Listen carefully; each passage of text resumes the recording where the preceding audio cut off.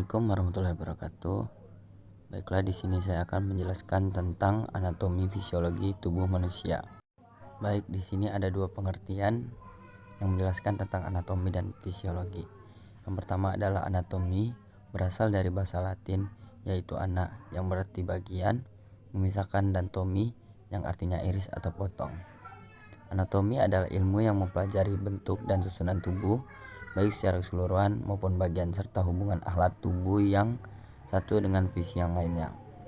Sedangkan fisiologi berasal dari bahasa Latin physi, yang artinya alam atau cara kerja, dan logos, yang artinya ilmu pengetahuan. Fisiologi adalah ilmu yang mempelajari faal atau pekerjaan dari tiap-tiap jaringan tubuh atau bagian-bagian dari alat-alat tubuh dan sebagainya. Jika digabungkan, anatomi dan fisiologi memiliki arti, yaitu ilmu pengetahuan yang mempelajari tentang susunan atau potongan tubuh dan bagaimana alat tubuh tersebut bekerja.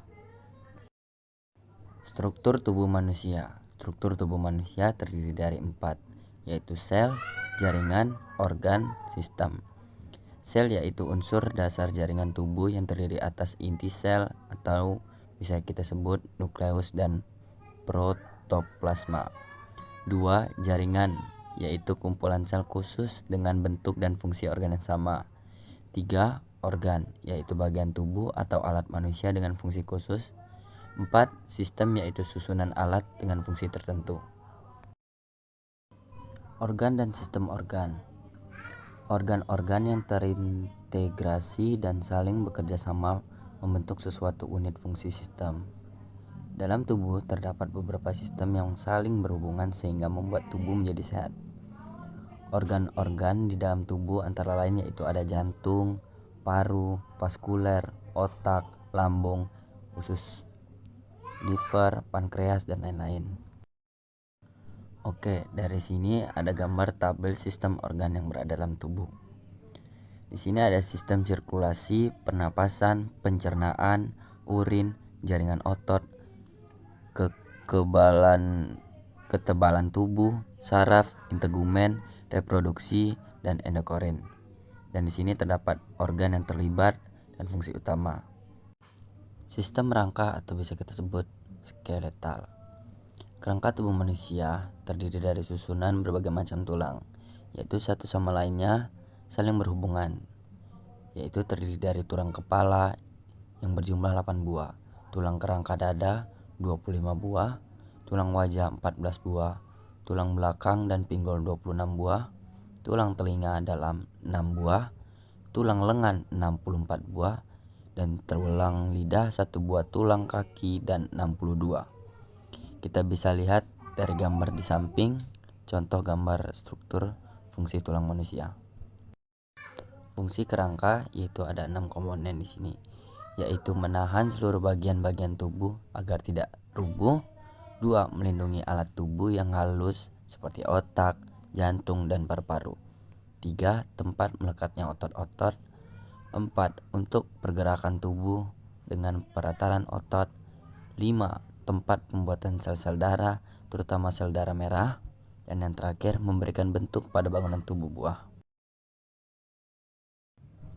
Gelang bahu dan sendi lutut, yaitu terbagi 2, gelang bahu dan sendi lutut.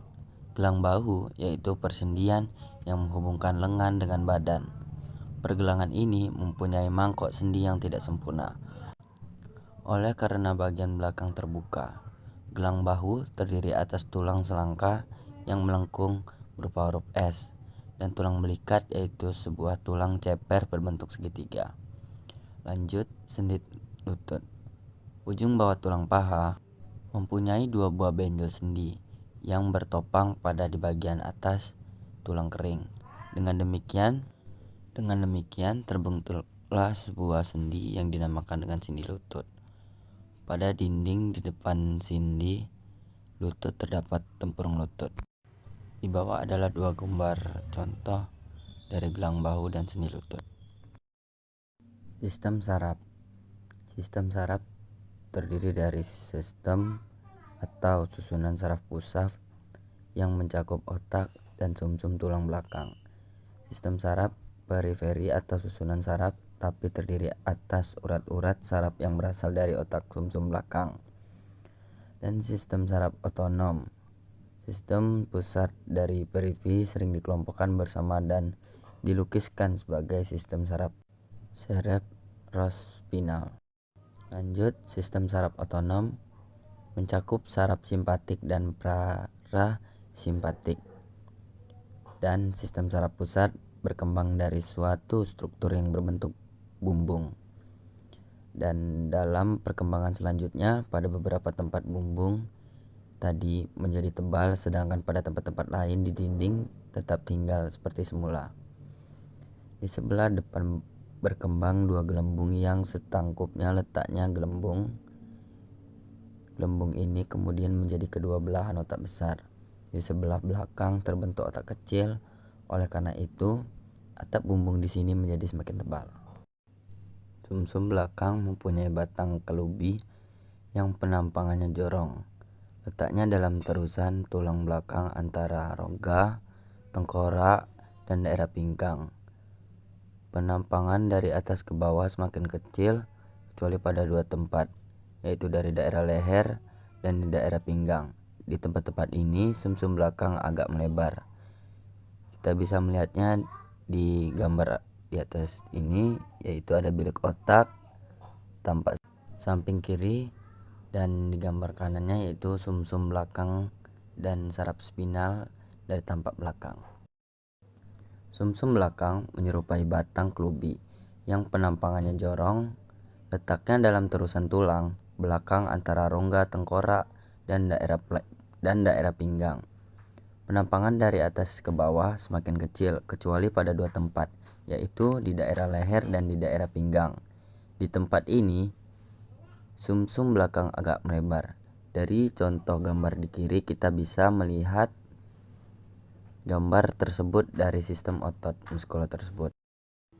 Sistem pembuluh darah mencakup sistem sirkulasi dan sistem aliran limfe. Darah merupakan sistem transport yang utama.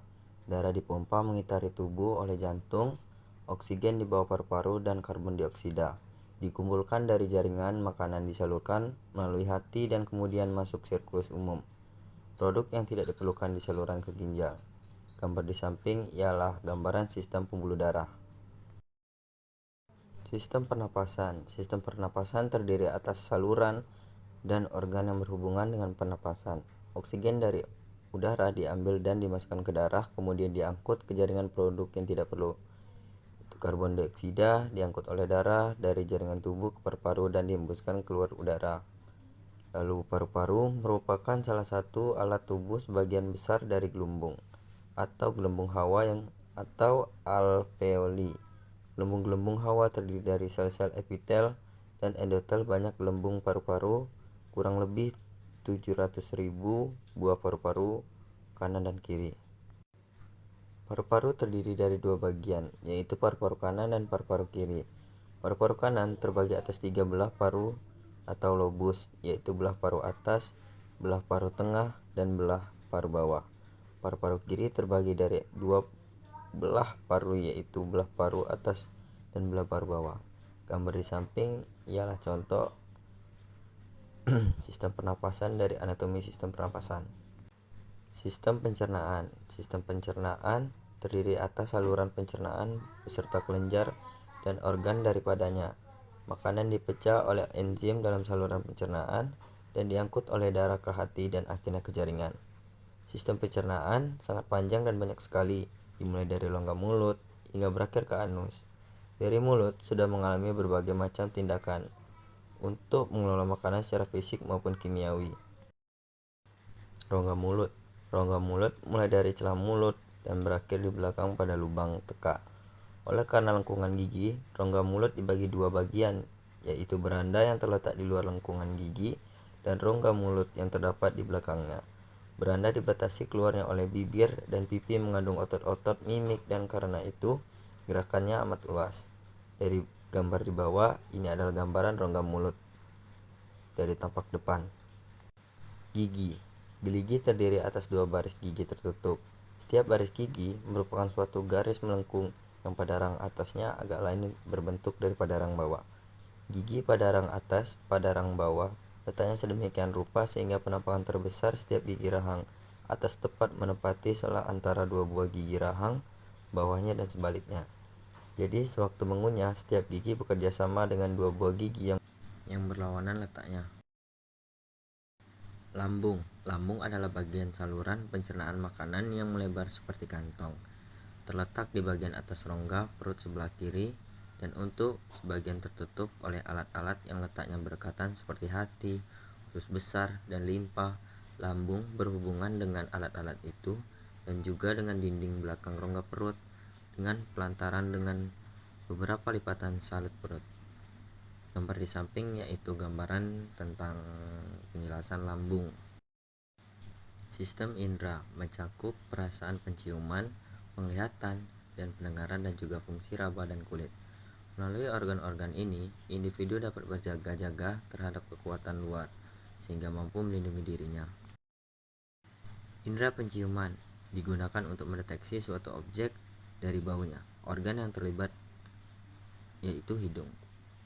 Di bawah ada contoh struktur indera penciuman yaitu hidung dan semua indera dalam gambaran tersebut. Indera penglihatan yaitu ada alat penglihatan terdiri dari atas bola mata, saraf penglihatan, dan alat-alat tambahan mata. Bola mata dapat dibedakan dinding dan isinya. Dinding terdiri atas 3 lapis yaitu lapis luar adalah selaput keras yang di depan beralih menjadi selaput bening. Lapis tengah dinamakan selaput koroid yang melapisi selaput keras dari dalam. Ke depan selaput koroid tidak mengikuti selaput bening. Di tempat pelarian selaput koroid dan selaput pelangi terdapat bentuk yang lebih tebal dan dikenal sebagai badan filter di tengah selaput pelangi dan ada lubang disebut manik mata. Gambar disebut adalah contoh bola mata dari kerangka bermata. Indra peraba yaitu kulit terbagi atas kulit ari dan kulit jangat. Kulit ari terdiri atas beberapa lapisan. Teratas yaitu lapisan tanduk yang terdiri dari sel-sel gepeng, sedangkan lapis terdalam disebut lapis benih yang senantiasa mempunyai sel-sel epitel baru. Kulit jangat berupa jaringan ikat yang mengandung pembuluh darah dan saraf-saraf tonjolan kulit jangat berupa jari ke dalam kulit ari dikenal dengan papik kulit jangat. Di dalamnya terdapat kapiler, darah dan limfe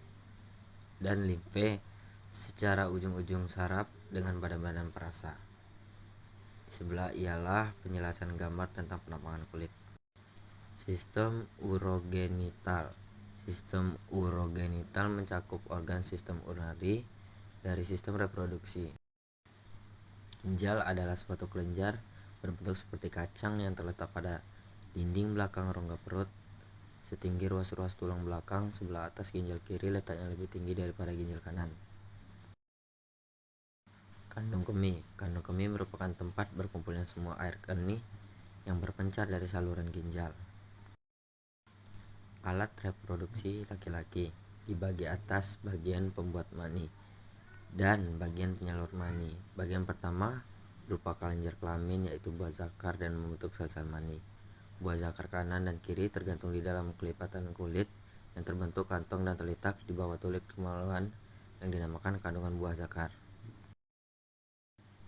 Sel-sel mani keluar dari buah zakar dan masuk ke dalam anak buah zakar. Di sini sel-sel mani melalui suatu saluran halus yang berliku-liku dan di bagian bawah anak buah zakar beralih menjadi pipa mani yang berjalan untuk di depan tulang kemaluan atas diiringi oleh buah nadi. Dan bagian terakhir yaitu alat reproduksi wanita. Alat-alat reproduksi perempuan terdiri atas indung, telur, tabung rahim, liang, senggama, dan alat-alat kelamin luar. Sel-sel telur dalam lindungan telur diselubungi oleh sesuatu selubung yang terdiri atas sel-sel keseluruhan berupa bentuk yang dinamakan folikel atau gelembung graf. Gambar di samping dapat dijelaskan adalah alat reproduksi wanita.